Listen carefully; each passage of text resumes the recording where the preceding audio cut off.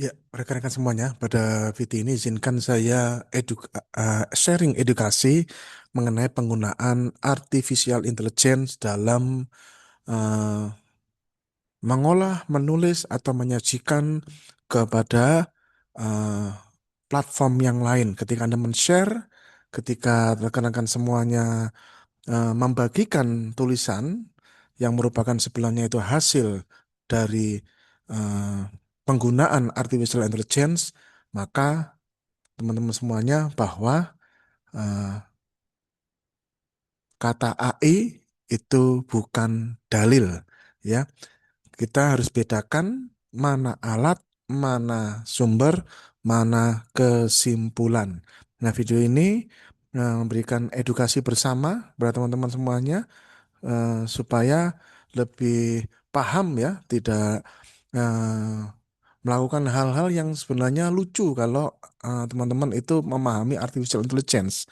Apalagi kalau teman-teman eh, suka share ya tulisan terus dengan polosnya bilang ini hasil dari ChatGPT, Gemini itu kalau dilihat komunitas-komunitas AI itu akan ditertawakan Anda, teman-teman ya.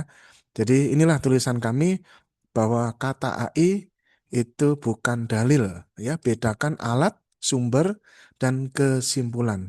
AI boleh membantu berpikir tapi tidak boleh menggantikan tanggung jawab membaca, memeriksa dan menyimpulkan ya. Seperti itu. AI boleh membantu kita itu berpikir ya, memang harusnya begitu kan? Tetapi artificial intelligence tidak boleh dijadikan tameng untuk berhenti membaca, berhenti memeriksa, dan berhenti bertanggung jawab. Ya, sekarang ini ada kayak kebiasaan baru gitu yang mulai sering muncul gitu. Ya, teman-teman yang sebagian masih baru mengenal artificial intelligence. Saya sudah mengenalnya setahun lebih. Bahkan saya sendiri sudah membuat ChatGPT custom lebih dari 15 kami ajukan di OpenAI US dan di approve dan sekarang sudah bisa digunakan oleh orang di seluruh dunia custom-custom yang kami buat ya. Dan selain itu juga kami bergabung di komunitas-komunitas seperti komunitas AIKO ya. Kalau hal-hal yang dilakukan itu yang dilakukan sekarang ini diketahui komunitas AIKO, diketawain itu kayak masih anak baru gitu. Makanya ini perlu edukasikan bersama supaya nggak malu-maluin dunia ya, malu-maluin Indonesia gitu ya. Itu kebiasaan baru seorang bertanya ke chatbot AI, lalu hasil jawabannya langsung disalin, dibagikan ke grup WhatsApp, dipakai untuk berdebat, bahkan dijadikan dasar menyimpulkan sesuatu. Terus kalimat penutupnya itu dikasih, ini menurut ChatGPT, ini menurut Gemini gitu. Ini lucu ya. Ini malu-maluin Indonesia aja ini nantinya. Ya. Sekelas kayak modern ya, seolah kayak seolah pendapatnya itu sudah canggih gitu ya. Pendapatnya karena dibantu teknologi. Padahal kalimat itu justru menunjukkan masalah literasi itu ya. Bukan karena AI itu nggak berguna, salah. Kami apresiasi teman-teman yang sudah mulai mengenal penggunaan artificial intelligence. Ya justru AI itu sangat berguna. Ia bisa membantu menulis, merangkum, menyusun argumen, membandingkan pilihan, menjelaskan konsep rumit, membuat simulasi, hingga membantu manusia bekerja lebih cepat. Tetapi tetap harus dipahami AI adalah tools, alat, bukan sumber kebenaran. Yang harus dinilai itu bukan AI berkata apa, ya, melainkan jawaban itu bersumber dari mana, ya, logikanya bagaimana, datanya valid enggak, konteksnya sesuai enggak, ya. Dan apakah manusia yang membagikannya itu benar-benar paham nggak isi jawabannya? Ya, nggak paham lagi yang di share gitu ya. Ya jangan keliru, AI itu alat, bukan dalil. Ya, tidak ada namanya orang nulis buku sumber ChatGPT, nggak ada Pak. Sumber Gemini gitu, nggak ada, nggak akan diakui ya. Buku-buku saya sudah banyak dibantu dengan artificial intelligence, ya, macam-macam ada ChatGPT, Gemini, ada Cloud pernah ya. Tapi tidak ada di daftar pusaka saya tulis sumber ChatGPT, nggak ada. Pasti ditolak sama penerbit, sama Google, pasti ditolak ya. Gitu. Nyatanya buku saya nggak diterbit kan, ya, karena memang saya tidak menggunakan sumber daftar pustaka itu ChatGPT, Gemini, Cloud atau DeepSeek atau apa, nggak begitu. Gitu. Jadi ketika seseorang mencari informasi lewat Google, kan kita tidak mengatakan menurut Google aturan ini begitu, kan nggak begitu. Masa ngomong ini menurut Google kan kayak nggak berpendidikan, nanti malu-maluin gitu ya. Ayo kita lebih melek ya. Ya, saya bisa memaklumi ya karena ini masih kayak seperti kayak mainan baru bagi sebagian orang. Makanya kami membuat VT ini semoga bisa memberi pemahaman bersama. Ya, jadi yang benar gimana dong? Yang benar itu begini tulisannya, berdasarkan peraturan presiden bla bla bla bla. Kayak biasa aja begitu. Berdasarkan data BPS bla bla bla, berdasarkan jurnal bla bla bla, berdasarkan dokumen resmi bla, berdasarkan berita dari media tertentu bla bla gitu ya. Substansinya yang digunakan. Google itu hanya alat bantu pencarian. Sumbernya ya tetap dokumen, aturan, jurnal, atau berita yang di situ. Nah, itu sama AI juga begitu. AI itu alat bantu menghasilkan dan mengolah jawaban. Ia bisa menyusun informasi menjadi lebih rapi, mudah baca, cepat dipahami, ya. Tapi sumber kebenarannya tidak otomatis berada pada AI-nya. Kebenaran itu tetap harus pada ditelusuri dari sumber primernya, data resmi, dokumen sah, pengalaman lapangan, atau keahlian manusia yang relevan. Dan Anda tinggal tanyakan lagi, ya, perdalam lagi, diajak diskusi gitu. Maka mengatakan kata AI, ya, tanpa menjelaskan sumber dan dasar informasinya itu sama kaburnya dengan mengatakan kata internet gitu. Menurut internet gitu. Nanti dipikir orang kayak apa nanti itu. Nanti orang nanya, internet yang mana nih maksud lu? Situs apa nih? Dokumen apa? Tahun berapa? Konteksnya apa? Masih berlaku atau sudah berubah nih jangan-jangan gitu. Jadi akan digituin. Jadi bedakan tiga hal. Tiga hal bedakan. Alat, sumber, dan kesimpulan. Tiga hal ini bedakan. Alat, sumber, kesimpulan. Ya, agar tidak salah kaprah ya kita perlu membedakan tiga hal ini sederhana ya alat sumber kesimpulannya bedakan tiga hal ini. Pertama, alat adalah sarana yang membantu kita bekerja. AI, ada Google, kalkulator, kamera, Excel, mesin pencari, aplikasi penerjemah, software analisis, itu semua alat. Alat bisa mempercepat pekerjaan, tapi alat tidak otomatis menjamin kebenaran. Kalkulator sangat berguna kan? Tapi kalau angka yang dimasukkan salah, hasil hitungannya juga salah. Kamera bisa memotret dengan jernih ya, tapi foto tetap bisa salah konteks. Google bisa menemukan ribuan informasi, tapi tidak semua hasil pencarian itu benar ya gitu. Begitu juga artificial intelligence. AI bisa menghasilkan jawaban yang terlihat rapi dan meyakinkan, tapi jawaban yang rapi belum tentu benar. Ya, itu alat. Yang kedua sumber nih, sumber. Sumber adalah asal informasi yang bisa diperiksa. Misalkan peraturan, jurnal ilmiah, data resmi, laporan, dokumen kontrak, buku, hasil survei, putusan pengadilan, pedoman teknis, atau pernyataan lembaga berwenang, atau suatu berita gitu ya. Untuk isu penting, terutama hukum gitu, kesehatan, keuangan, pendidikan, pengadaan, kebijakan publik, teknologi, atau keselamatan, ya itu harus jelas dong sumbernya. Tidak cukup AI-nya bilang begitu kok. Waduh, Pak, ya gak begitu ya. Yang harus ditanyakan sumbernya apa, dokumennya mana, datanya dari siapa, aturannya masih berlaku enggak? Apakah konteksnya sama dengan kasus kita? Jangan-jangan beda konteks nih, gitu ya. Itu sumber. Sekarang kesimpulan, ini pilar ketiga nih, hal ketiga. Kesimpulan adalah hasil akhir setelah manusia membacanya, memahaminya, menimbangnya, memverifikasi informasinya. Kesimpulan yang baik tidak lahir dari copy paste. Kesimpulan yang baik lahir dari proses berpikir.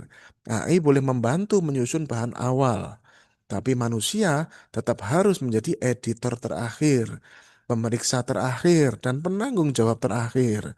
Ya, AI membantu menyusun, sumber membantu membuktikan, manusialah makhluk paling sempurna membantu menilai dan memutuskan.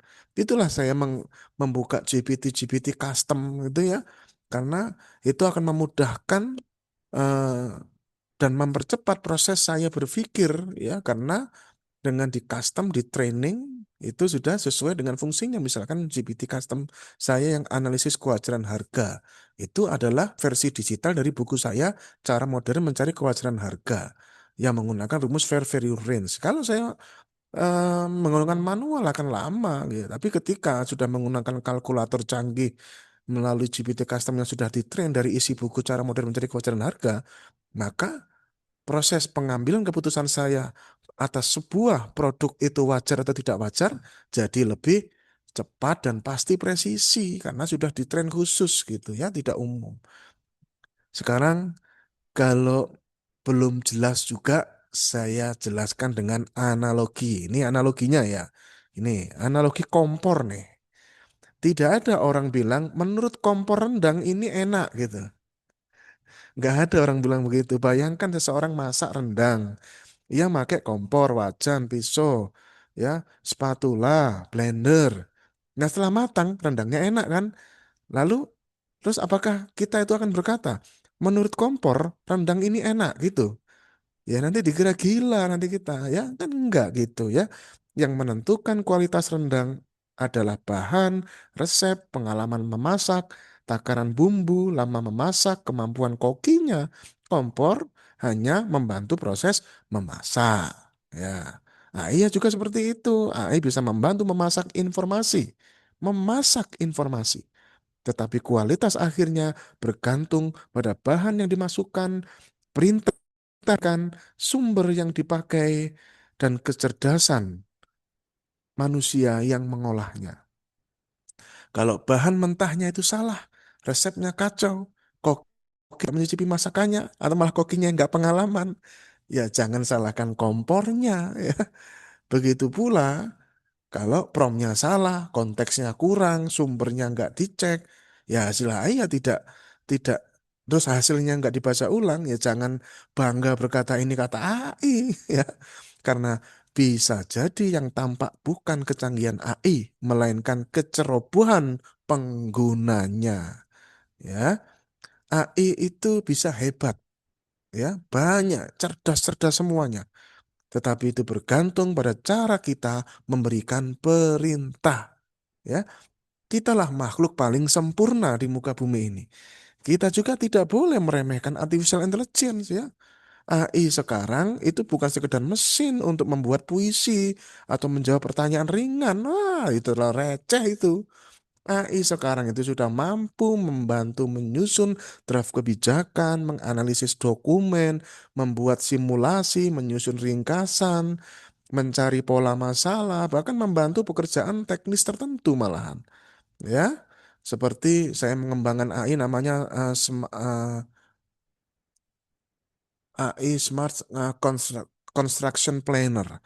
Itu untuk memudahkan saya ketika mengidentifikasi master produk, katalog elektronik, item pekerjaan konstruksi. Ada puluhan ribu master produk ya. Kami train dengan SMPUPR 47 2026 dan itu memudahkan kami menemukan master produk yang paling mendekati dari ruang lingkup pekerjaan. Nah, seperti itu kemampuannya. Makin lama makin gila kemampuannya. Tetapi kemampuan itu ya sangat dipengaruhi dari cara manusia memberikan perintah. Makanya saya memilih mengcustomnya. Pertanyaan yang buruk akan menghasilkan jawaban yang buruk. Pertanyaan yang kabur akan menghasilkan jawaban yang umum. Pertanyaan yang nggak lengkap akan menghasilkan kesimpulan yang rawan salah. Ya, contohnya pertanyaan yang lemah itu kayak gini nih. Apakah ini boleh gitu? Maka ya AI itu biasanya akan jawab gini nih, boleh sepanjang ketentuan gitu kan. Jawabannya cenderung gitu itu. Kalau tanyaannya apakah ini boleh apa gitu ya. Jawaban itu kayak terdengar aman ya, tapi ya nggak banyak membantu. Coba bandingkan dengan pertanyaannya kayak gini. Analisis apakah tindakan ini boleh dilakukan dengan mempertimbangkan dasar hukum, konteks kasus, syarat yang harus dipenuhi, risiko, dokumen pembuktian, dan alternatif yang lebih aman. Oh, beda toh, teman-teman? Beda kan? Nah, kalau perintahnya seperti itu, jawaban dari pertanyaan kedua ini akan jauh lebih berguna karena manusia memberi arah yang lebih jelas di mesin ini. AI tidak gagal menjawab, seringkali manusianya yang gagal bertanya. AI-nya nggak gagal menjawab, manusianya yang gagal bertanya nih guys. Ya, ini. Jadi simulasi kata AI boleh itu bisa menyesatkan. Misalkan ada orang bertanya ke chatbot gini nih, boleh tidak pengadaan itu menyebut merek? Dah, gitu doang. Terus AI menjawab singkat tuh, boleh jika ada kebutuhan teknis tertentu. Dah, wes. Lalu jawaban itu dibagikan ke grup dengan kalimat, menurut AI boleh menyebut merek. Waduh, Pak, konyol ini bahaya. Kenapa? Karena kesimpulan itu terlalu mentah. Dalam praktek nyata harus diuji dulu kan, apakah memang ada kebutuhan teknis yang sah, apakah spesifikasi bisa dibuat berbasis kinerja, apakah ada produk setara, apakah penyebutan merek membuat persaingan tertutup, apakah ada justifikasi tertulis, apakah ada dasar regulasi, apakah ada dasar risiko audit, apakah ini suku cadang atau komponen barang jasa atau produk yang dikatalog gitu. Kan itu. Nah, jawaban AI mungkin hanya menjelaskan prinsip umum, tetapi pengguna yang membagikan telah mengubahnya di suatu kesimpulan praktis yang seolah final. Nah, disinilah letak masalahnya nih guys. AI tidak selalu salah, apalagi makin ke sini makin pintar-pintar, ya. Tingkat halunya makin kecil. Sementara kita tuh masih a priori dengan artificial intelligence. Yang salah ini kitanya nih manusianya, ya.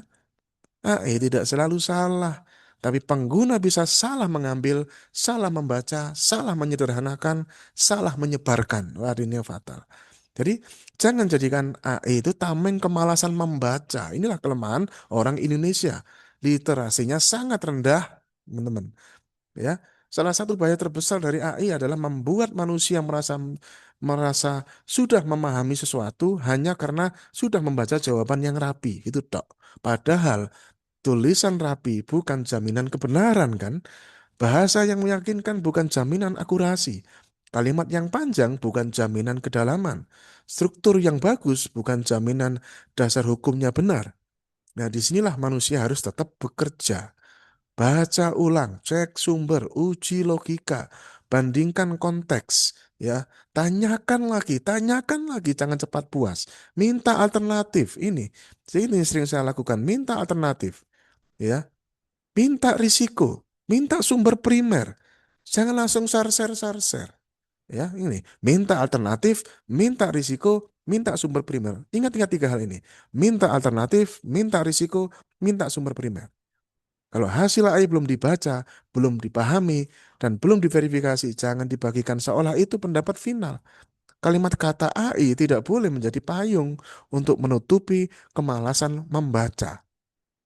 Ya, saya pakai analogi obat. Ini analogi yang ini nih. Jangan bagikan resep yang belum dipahami. Ya, membagikan hasil AI tanpa membaca ulang itu seperti kayak membagikan obat kepada orang lain hanya karena kemasannya terlihat meyakinkan. Ada nama obat, ada dosis, ada aturan pakai, ada klaim manfaat. Tapi kalau kita tidak tahu diagnosisnya, tidak tahu kondisi pasiennya, tidak tahu alerginya, efek sampingnya, bukankah itu malah malah bisa jadi bahaya? Ya, begitu juga hasil AI. Jawaban AI bisa terlihat bagus, tapi apakah cocok untuk kasus itu? Apakah konteksnya benar? Apakah asumsi yang dipakai sesuai?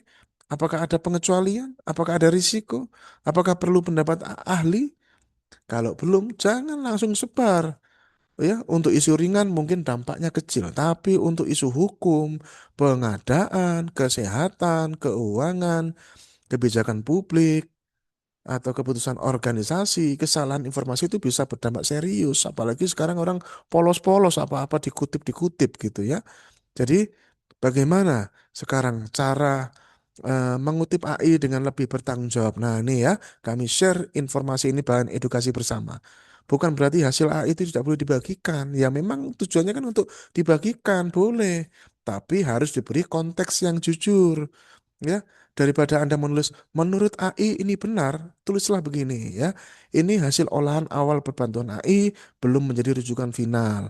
Atau AI saya gunakan untuk membantu merangkum. Dasar finalnya tetap perlu dicek ke sumber resmi. Atau tulis Berikut analisis awal berbantuan AI, mohon dicek kembali sumber dan konteksnya sebelum digunakan untuk keputusan. Atau saya pakai AI untuk menyusun struktur argumentasi, kesimpulan tetap saya verifikasi dari dokumen berikut misalkan. Atau enggak perlu ada ini semua, sudah. Nggak usah dikasih kata AI, sudah. Karena begitu Anda share, itu tulisan Anda gitu. Kalimat kalimat seperti itu atau cara-cara seperti itu, itu lebih sehat.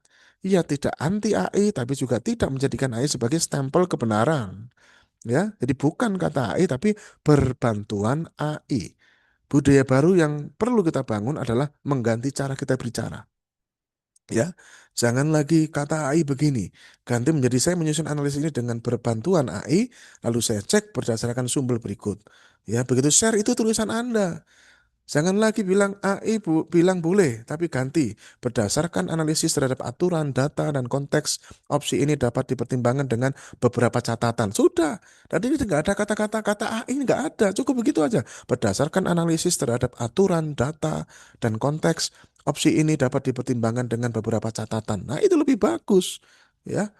Jangan lagi bilang AI menyimpulkan salah gitu. Aduh, polos sekali. Ganti misal hasil AI menunjukkan kemungkinan masalah, tapi perlu diverifikasi dengan dokumen atau fakta lapangan. Nah, seperti itu ya. Perubahan bahasa ini penting, guys. Karena bahasa membentuk cara kita berpikir ya. Ini eranya sudah Society 5.0, apa-apa kutip-kutip, kutip-kutip. Hati-hati ya. Kalau terus berkata-kata AI gitu ya, orang akan menganggap AI itu sebagai otoritas, padahal AI seharusnya diposisikan sebagai alat bantu bekerja. Manusia tetaplah penentunya, ya. Manusia tetaplah penentunya. AI hanya memperbesar kualitas penggunanya, ya. AI dapat membuat pekerjaan menjadi lebih cepat, tetapi cepat tidak selalu benar. AI dapat membuat tulisan menjadi lebih rapi, tapi rapi tidak selalu akurat. AI dapat membuat argumentasi terdengar meyakinkan, tapi meyakinkan tidak selalu valid. Ya, maka kemampuan manusia tetap menjadi penentunya. Di era artificial intelligence, yang paling penting bukan hanya bisa mengetik prompt. Yang lebih penting adalah kemampuan untuk melakukan 8 hal.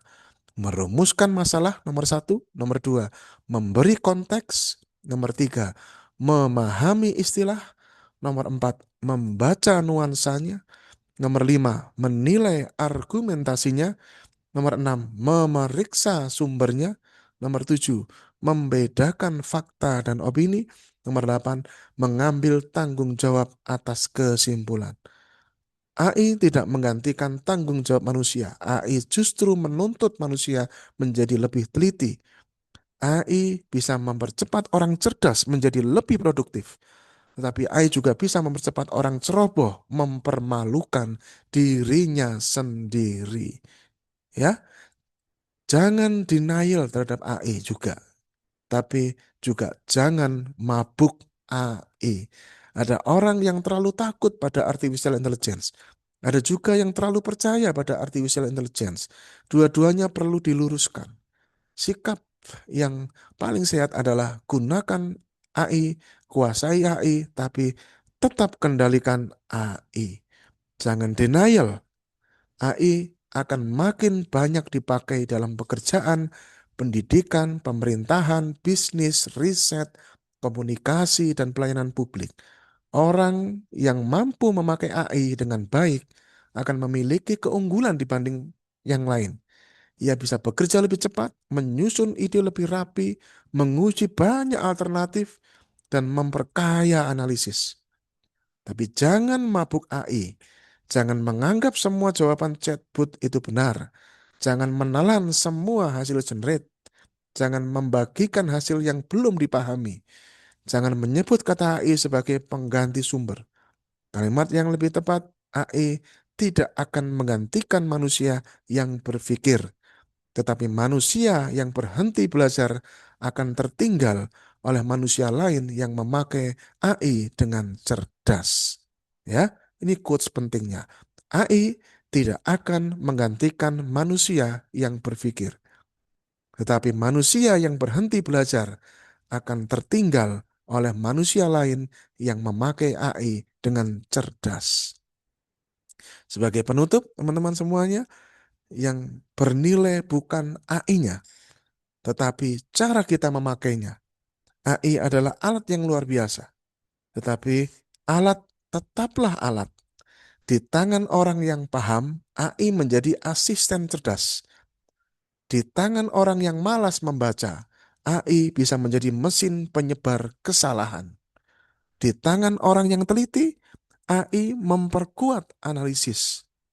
Tapi di tangan orang yang asal share, AI bisa mempermalukan penggunanya sendiri. Maka, mulai sekarang, mari hentikan kebiasaan berkata-kata AI. Ganti dengan budaya baru. Ini hasil analisis berbantuan AI dengan sumber dan konteks yang sudah diperiksa. Itu lebih bijak. Karena yang bernilai bukan sekedar memakai AI. Yang bernilai adalah kemampuan manusia untuk memberi perintah dengan baik, membaca dengan kritis, memahami substansinya, memeriksa sumbernya, bertanggung jawab atas kesimpulannya. AI boleh membantu kita berpikir, tapi jangan sampai AI menjadi alasan kita berhenti berpikir. Terima kasih. Wassalamualaikum warahmatullahi wabarakatuh. Salam pengadaan.